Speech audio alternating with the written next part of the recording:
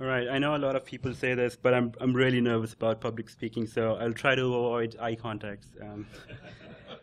But thank you all for coming. The title of our talk is Gone in 60 Minutes, A Practical Approach to Hacking an Enterprise with Yasuo. And Yasuo is a tool that we wrote, and we'll talk about it in a while, if we get time. All right, let's get started. So I am Saurabh. It's pronounced as Saurabh Harit, and I work as the Director of Security Research at Security Compass. We are a pen test company based out of Toronto, Canada. In my day-to-day job, I do pen testing, and this is what I love, doing internal, external network pen test. Getting domain admin is an added bonus to the job. I started off as a reverse engineer, so I've had a secret crush on reverse engineering. And I'm a gym freak with bad eating habits, and I've got 2 beautiful dogs. So, I'm Stephen Hall. As you can see, not much is known about me. I like to keep it that way. I work with Saurabh when I don't get on his nerves too much. And I unfortunately forgot my Santa hat. So, you can also see me in Toronto walking the streets in the middle of June in a Santa hat. All right, so I wanted to set the record straight that obviously you all know it's a stable talk. We're not going to be dropping any ODAs, there won't be any shells, but something more important than a shell, if that makes sense.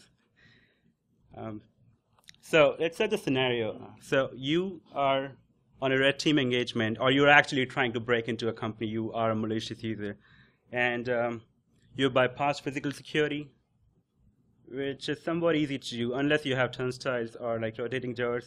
It's pretty much easy to bypass physical security. You bypass NACs. We've seen at some of the clients that they implement network access control.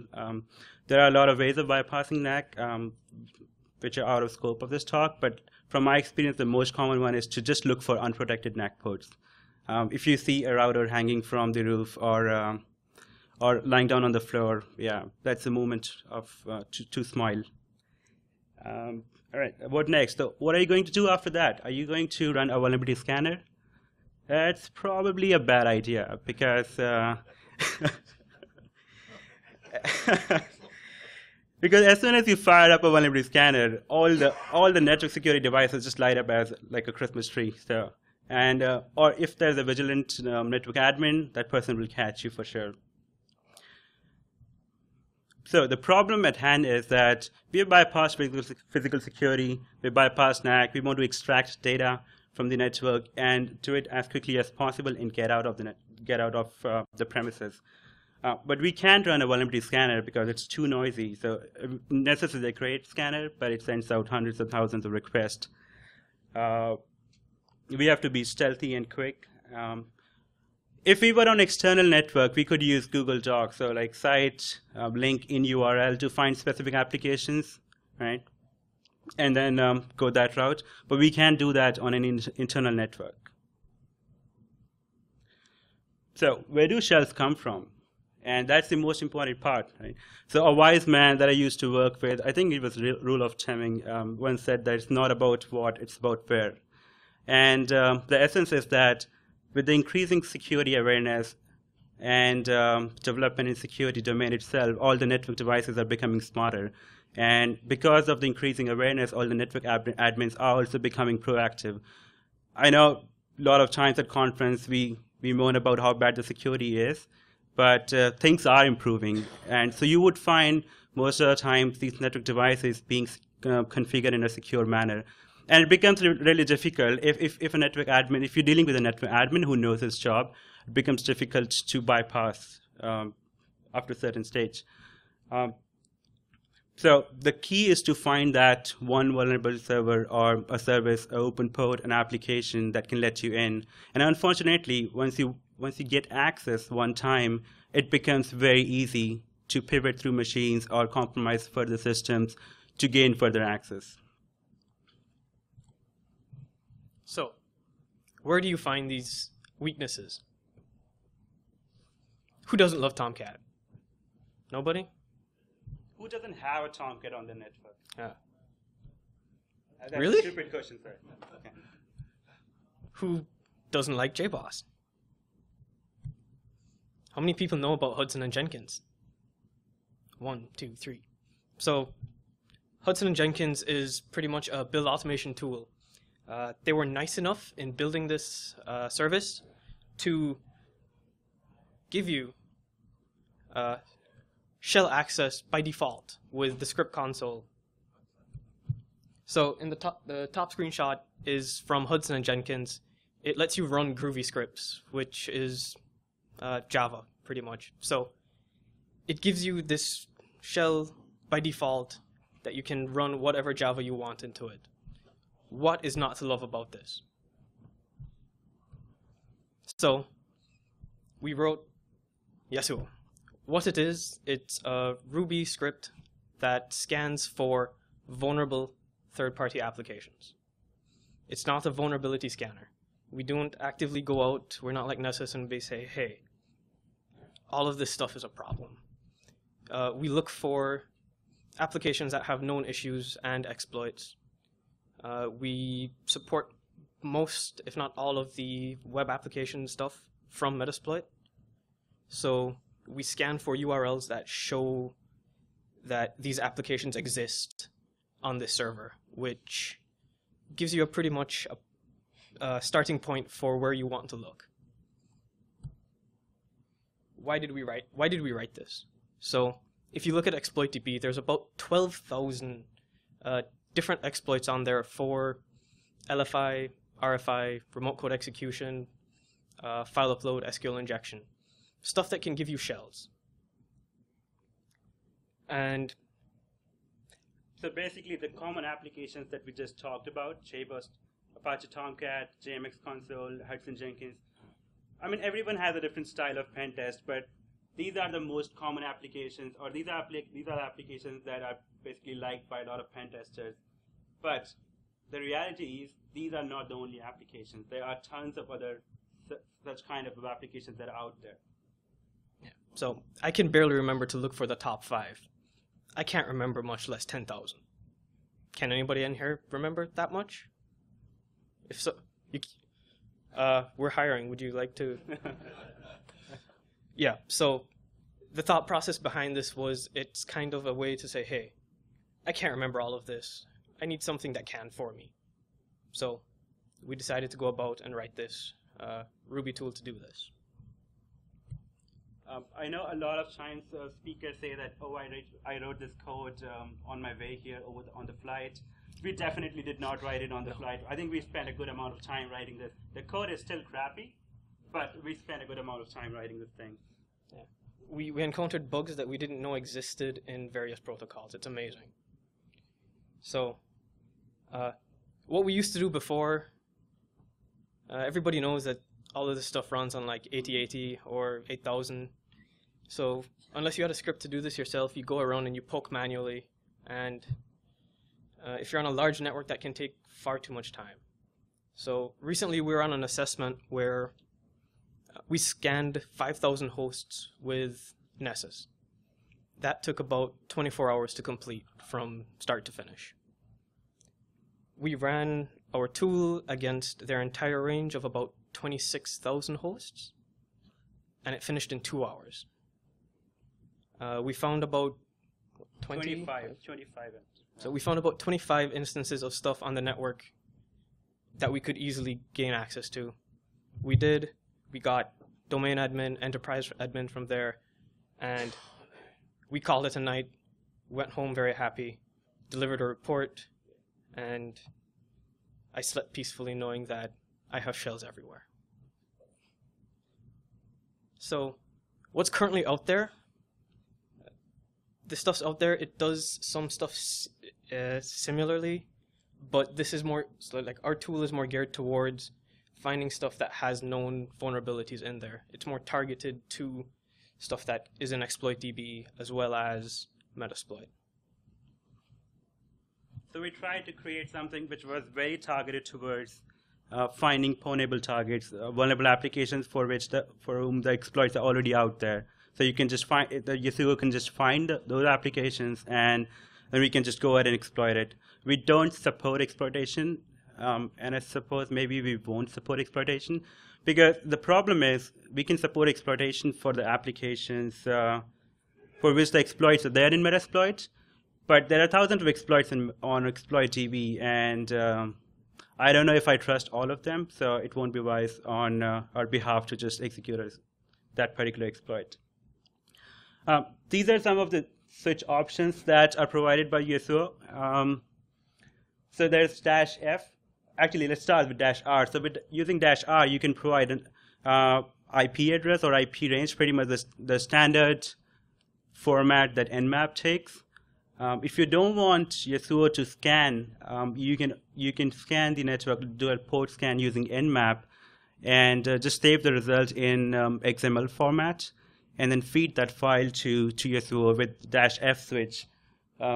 And then all other switches are standard to Nmap. We don't use the actual Nmap, but we use Nmap libraries. One thing, also for the -R, we also support input lists similar to the way Nmap does. So new line separated values. So -B switch is brute force, and if you choose to brute force, it performs form-based authentication. So for example, I find an application, and if it's protected with default or weak passwords, and you want to brute force that, so it will brute force it for you, be it form-based authentication or HTTP basic auth, it will brute force both of them. So if you choose -B form, it will only brute force the applications which came back with form-based authentication. With HTTP basic, it will brute force basic authentication, so on and so forth. So I was working on my slide deck. I was making this flow chart, and I was using the PowerPoint and those shady cubes and all that. And my wife walked past me, behind me, and she's like, "Yeah, that looks like a really shitty flow chart." And I told her, "Why don't you do it?" And so she came up with this one. I'm sorry if you can't read it, but I did not have the balls to remove it from my slide deck. So the flow is like, if you provide -R switch with port IP range or IP address, then start the Nmap scan using Nmap libraries. If you provide -F and the file which from the scan that you already performed, it'll take that file, start parsing that file, and then it looks for open ports, open web-based ports, so HTTP, HTTPS, HTTP alt, WebSM, so on and so forth. So it looks for all those ports. After that, it creates a preliminary URL, so protocol, IP address, and port number. Then it starts reading the default path.csv file, and we'll talk about that file in a while. And then starts reading default application paths one at a time, and then so creates a final URL, starts sending out the request, see what the response is from the server, and then based on that, if it comes back 200, then it looks for if there's a login form, and then it dynamically extracts the login form, username, and password parameters, sends out a request, and tells you if one of the default passwords exists or not, your login credentials exist or not. And it does the same for basic HTTP basic authentication. If it doesn't find any any default or weak login credentials, then it moves on to next path and then on to the next port. What's in the box? So when you download the source code, you will find Yasuo, which is the main Ruby script. Then there's response 200, which basically deals with the form-based authentication and brute forcing. There's default path.csv, which is the key file. It contains all the signatures and also contains the paths to all the exploits associated with that particular application. Users.txt, paths.txt contains a very basic list of username and passwords. It depends what you want to brute force. Ideally, I would want to keep this list short, but you can also provide your own usernames and passwords in there. And so this is what default path.csv file looks like. So the first field is default path of the application. The second field is the exploit in Metasploit for that particular application. And so the best part is that we tried to make it really simple, so you can add your own path and your own exploits. The format is just simple. If you want to be really, really stealth and you do some recon beforehand, so like when I go on a pen test, the wiki page of that particular company is the most important page to me, because it's just accessible without any authentication. You start digging, see what kind of applications are installed, what kind of web technologies do these companies use, and then you can just remove all the applications from the list and then target like a couple of applications or 2-3 applications and then find those on the network. A random cat picture.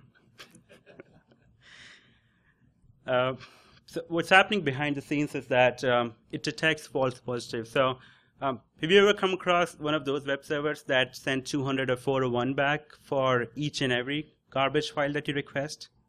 Right. So what we initially do is we create a bogus file, and I think it is called bogus file, and it sends a request to the server with that file name, and if we get 200 or 401 or a redirect back, then we discard that particular port. There's a minuscule chance that we may be missing a legitimate application, but I didn't want to get into that at this point of time. It also automatically extracts the login form, and once it finds the login form, it automatically extracts the username and password fields and then sends a request to the server. All right. Demo. So we have hopefully sacrificed enough to the demo gods that this will work. If not, there's a video. Yeah, he's losing a thumb. So missing.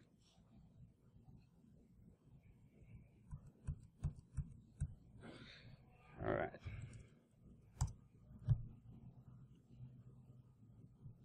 Okay, that did not come out right. This is what initially looks like with all the options.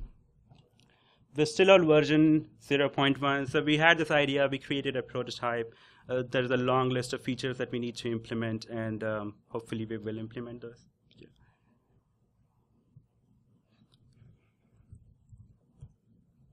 So for the purpose of demo, I already performed a port scan using Nmap and then saved the output file in XML format, which I'm going to use for this demo.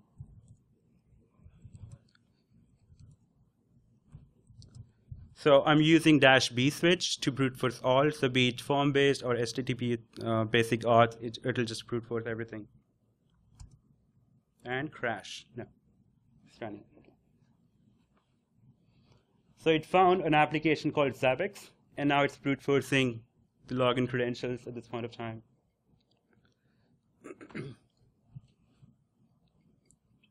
And like we said, like the username and password lists and the application list can be weaned to match whatever technologies you're using there, so the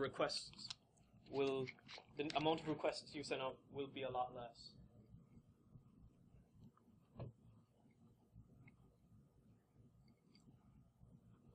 It found a couple of other applications. That's MediaWiki application. Then it found Tomcat. I think Tomcat is just there by default. I think sometimes it automatically installs itself.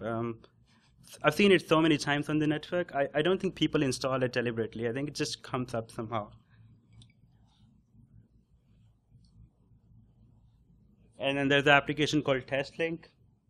Also allows you, I think it allows you to remote code execution.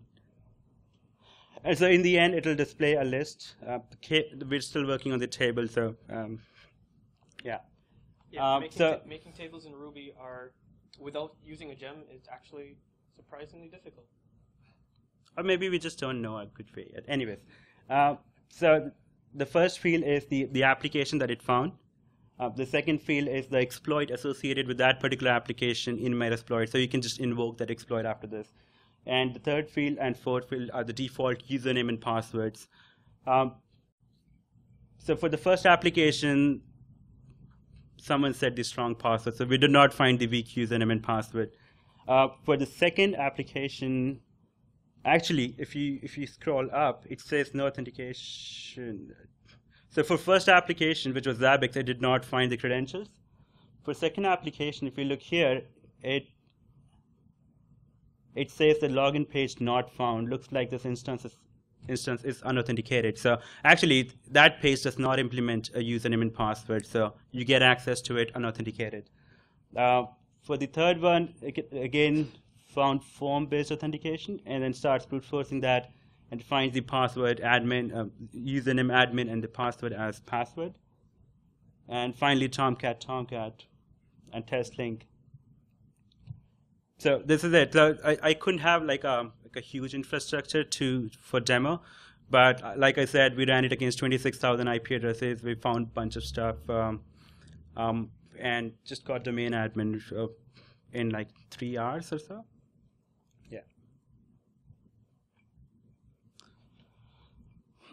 So some of the challenges that we are facing. So initially, when we started writing this, we thought, yeah, we will support all 12,000 applications. But ExploitDB is a great resource, but the entries are not consistent. So you would see application name, v, version number, or application name, 2 brackets, and then version number, or there's no application name sometimes, just the version number, or just the application name, no version number. So it's not that easy to parse the thing out. Yeah.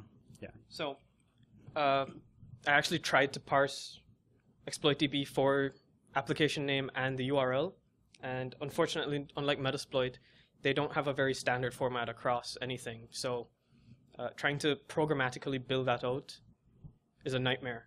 So we'll unfortunately be resorting to the greater nightmare of doing this manually. Unless anybody has any cool ideas that they want to talk to us afterwards that might help. So I think we analyzed, and then you could practically extract data for around 6,000 entries, and for remaining 5,000, we'll have to hire interns. The other challenge is that when it extracts the login form automatically and then username and passwords, it always will be based on the regex pattern, right? So if the page is in French or any other language, then we're doomed, basically. So we basically avoid going to Paris for any pen test or things like that. We stay in the US. Future development. We will implement more smarter version detection. We're thinking of adding support for mass-scan because it's very in these days to scan the internet, and then there are already scan results out there, and it would be just convenient if we have an nmap mass-scan output file, plug it into Yasuo, it'll start finding vulnerable applications, and there's mayhem all over again. Add support for obviously more vulnerable applications. Add a secondary signature. So for some of the very common file or directory names like php/login.php, it's very generic. So we want to add a secondary signature so that we actually find what we want to find and not some garbage data. The code is really crappy. Like you can have a look at the source code, but it's deliberate. I'm afraid if you open the file, it may break. So we'll try to add multi-threading to this thing, and also. So the scanning the 26,000 IP addresses in 2 hours was on a single thread. So. Yeah. Maybe we will resort to going to vfeed instead of ExploitDB. vfeed is awesome resource. It's a vulnerability aggregator, stores the data in MySQL database. So maybe it will be easier to fetch it from there, or maybe not. Any questions? Or not?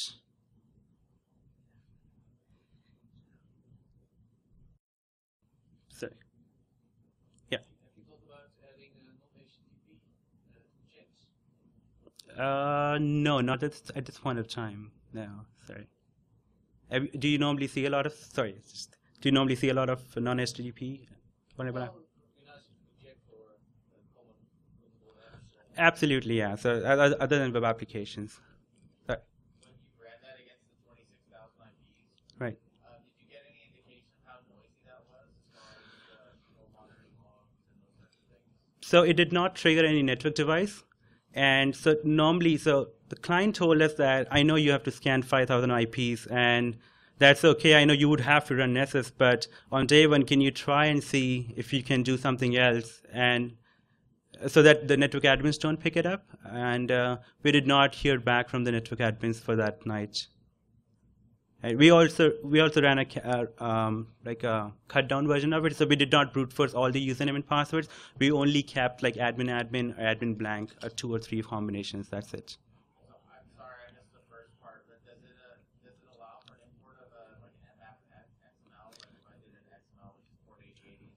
Absolutely. So it does. So you can you can either use -r switch and provide an IP range, and it will perform a port scan. So you can specify ports 80, 80, 80, whatever port numbers. If you don't want to do that, you can do your own nmap scan, export the output in XML format, and then feed that file to the tool, and it'll take it from there. And the scanning that I assume you built your own Ruby scanner for it. So Yeah. So it's probably better than nmap. Oh, no, sorry. We're not using our own port scanner. We're using nmap libraries to do that, yeah. Thank you. Yeah, no worries. You can grab the code from there, and we're out of time.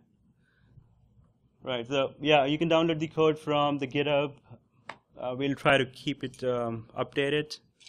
Like I said, there's a long list of features that we need to build in, and so we'll continue working on it. You can contact us for any additional feature requests, or if you have smarter ideas, I'm sure you do.